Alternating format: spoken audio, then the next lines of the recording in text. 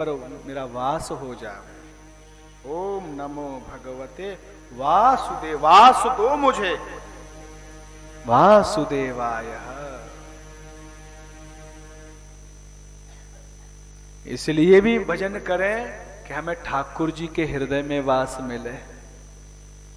इसलिए भी भजन करें कि हम अपने संकटों से और विपत्तियों से निवृत्त होकर के नहीं और सुंदर समाधान में हमारा वास मिले। या इसलिए भी भजन करें हम दुख से निकल करके नहीं और सुख में वास करें। ओम नमो भगवते वासुदेवाय।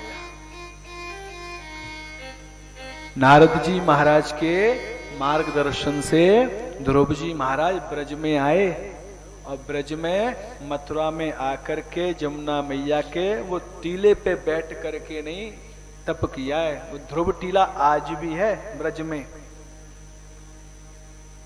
6 महीने तप किया महाराज। अब भगवान सामने खड़े, लेकिन ध्रुव जी ने नेत्र नहीं खोले। ध्रुव जी के मन में सुंदर मूर्त बसी है ठाकुर जी की। शंख चक्र गदा पद्म वनमाला विभूषितम। ऐसे 4 भुजाधारी मेरे नारायण। ओहो कितनी सुंदर मोहिनी मूर्त है। अब नारायण सामने खड़े हैं। नारायण कहते हैं ध्रुव जिसका तू भजन कर रहा है वो आ गया, अब तो नेत्र खोल। लेकिन ध्रुव जी को तो दर्शन हो रहे हैं अंदर।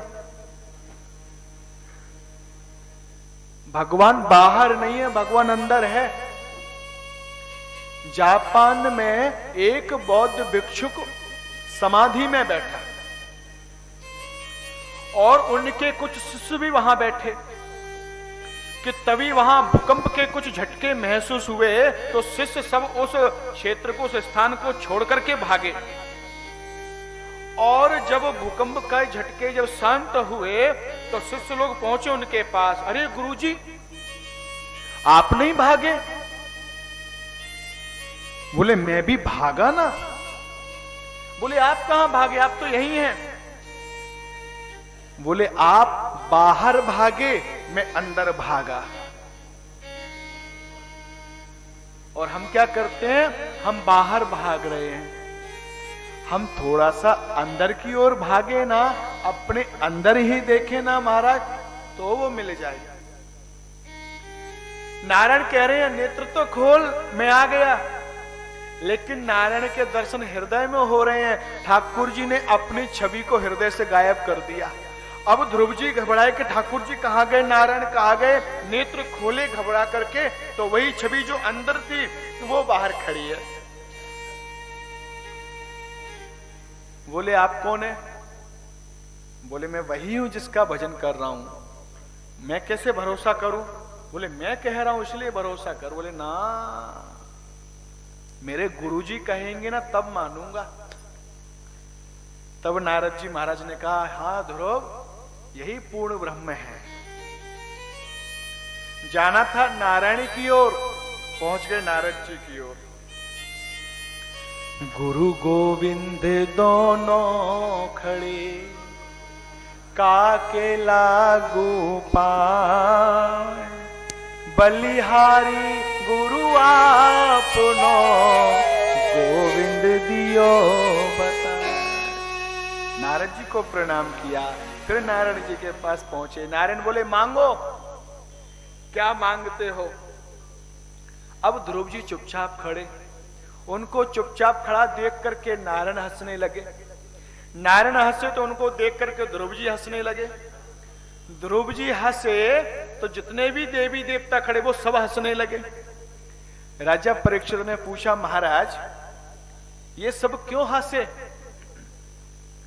बोले नारायण इसलिए हंसे कि मैं कब से खड़ा हूं, यह को कुछ मांगता ही नहीं।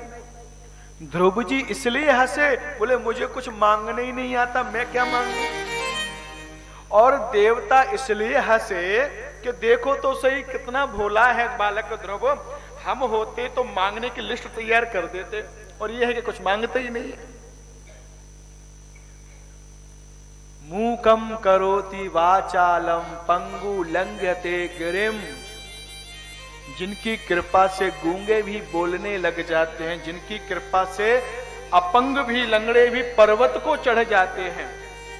जब नारायण ने शंख लेकर के मेरे बालक ध्रुव की ग्रीवा को स्पर्श किया ना महाराज, शांताकारम भुजग सैनम पद्मनाभम सुरेशम विश्वाधारम गगन सदृशम मेघवर्ण शुभांगम। सुंदर स्तुति की है भगवान की। चंद्रमा मनशो जात चक्षुषो सूर्यो अजायतः श्रोत्रा द्वायुष्य प्राणस्य मुखादग्निरजायतः। वेद में स्तुति की भगवान की। भगवान बोले मांगो, क्या मांगते हो? बोले नहीं प्रभु, मांगन मरण समान है, मत मांगो कोई भीख। हमने अपना जीवन पता है मांग मांग करके खराब कर रखा है। मांगन मरण समान है, मत मांगो कोई भीख।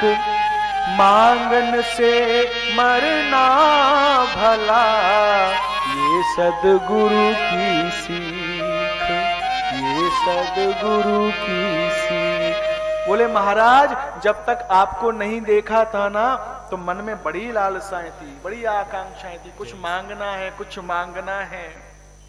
जब आप ही मिल गए तो मांगने को तो कुछ बाकी रहा ही नहीं। भगवान से मत मांगो, भगवान को मांगो। जब देने वाला ही मिल जाएगा तो फिर कमी ही किस चीज की है प्रभु? उससे क्या मांगना? जब हम बालक अवस्था में होते हैं ना, हमारे कपड़े फट जाते हैं, पदवेश टूट जाते हैं, जूते चप्पल इत्यादि, और खाने को कुछ